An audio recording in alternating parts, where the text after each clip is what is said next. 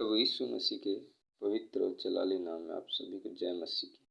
आइए प्रियो, परमेश्वर के इस वचन से कुछ सीखें। हम निकालते हैं यशायाह 55 अध्याय उसका 10 वचन, जिसमें लिखा है, जिस प्रकार से वर्षा और हिम आकाश से गिरते हैं और वहाँ यूं ही लौट नहीं जाते, वरन भूमि पर पड़कर उपज उपजाते हैं, जिससे बोने वाले को बीज और खाने वाले को रोटी मिलती है, उसी प्रकार से मेरा वचन भी होगा जो मेरे मुख से निकलता है। वह व्यर्थ ठहर कर मेरे पास न लौटेगा, परंतु जो मेरी इच्छा है उसे वह पूरा करेगा, और जिस काम के लिए मैंने उसको भेजा है उसे वह सफल करेगा। हालेलुया।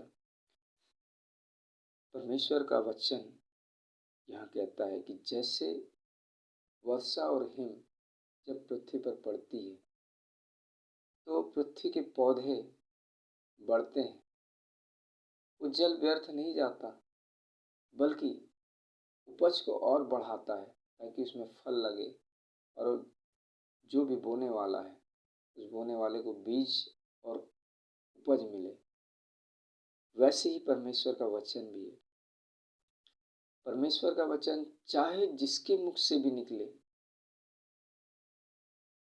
लेकिन यदि परमेश्वर की इच्छा है तो वो वचन व्यर्थ नहीं जाता, क्योंकि परमेश्वर की इच्छा से निकलता है। लिखा है यहाँ कि मेरे मुख से निकला हुआ कोई भी वचन व्यर्थ नहीं जाएगा।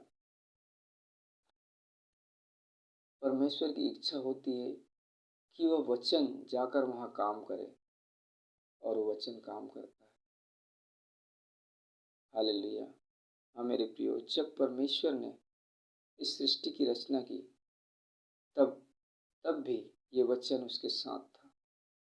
ये वचन उसके मुख में था और उसके मुख से निकला और सारी सृष्टि का निर्माण हुआ। यूहन्ना कहता है, आदि में वचन था, वचन परमेश्वर के साथ था, वचन ही परमेश्वर था। वचन देहधारी हुआ और यही वचन यीशु मसीह का रूप लेकर इस सृष्टि पर आया। यानी कि वचन यीशु मसीह है, वचन परमेश्वर है, और इसी वचन की सहायता से परमेश्वर ने इस सृष्टि की रचना की। कोई भी वचन व्यर्थ नहीं जाता। आज भी जब प्रभु के दास के मुख से जो वचन निकलते हैं तो बड़ी बड़ी हीलिंग होती है, बड़े बड़े छुटकारे होते हैं।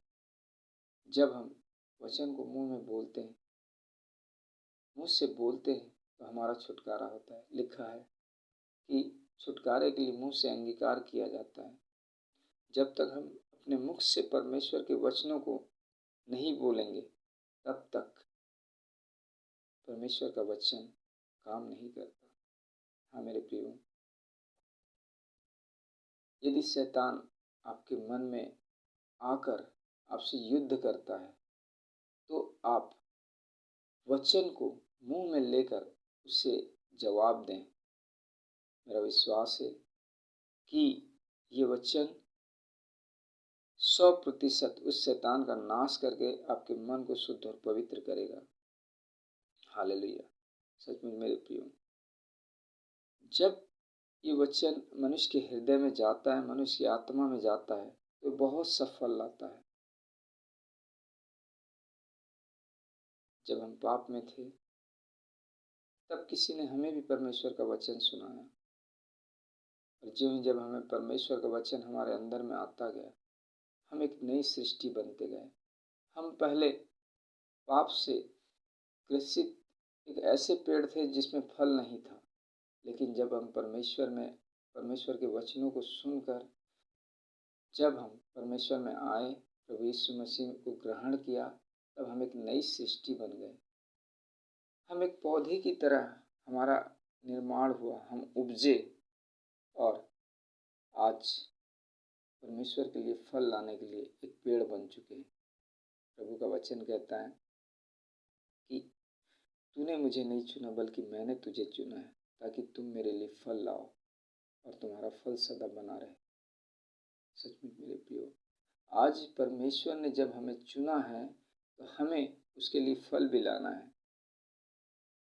उसने हमें एक माली की तरह एक पौधा लगाया, उसने अपने वचन को, अपने वचन के जल से हमें सींच कर हमें बड़ा किया। आज हम बाइबल के वचनों को पढ़ कर परमेश्वर के लिए एक ऐसा पेड़ बन चुके हैं कि हम उसके लिए फल लाएं। परमेश्वर के लिए फल लाने के लिए अपने आप को खड़ा करें, ताकि परमेश्वर का काम हो, परमेश्वर का राज्य बढ़े, परमेश्वर का सुसमाचार, प्रभु यीशु मसीह का सुसमाचार सारी धरती में फैले। इसीलिए हाँ मेरे प्रियो, जो हम परमेश्वर के वचन से जन्मे हैं, तो हम परमेश्वर के वचन से जन्म कर हमें परमेश्वर के लिए फल लाना है।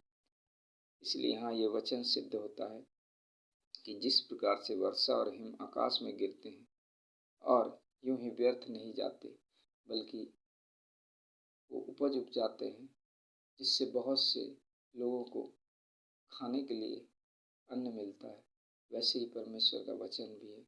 जब हम उसके वचन से जन्मे हैं, तो हमें भी और लोगों के लिए, अन्य लोगों के लिए अपने वचन की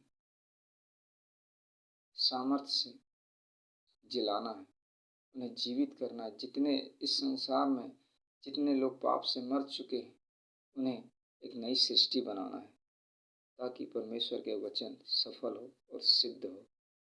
यीशु मसीह के नाम से ये वचन आपके हृदय में,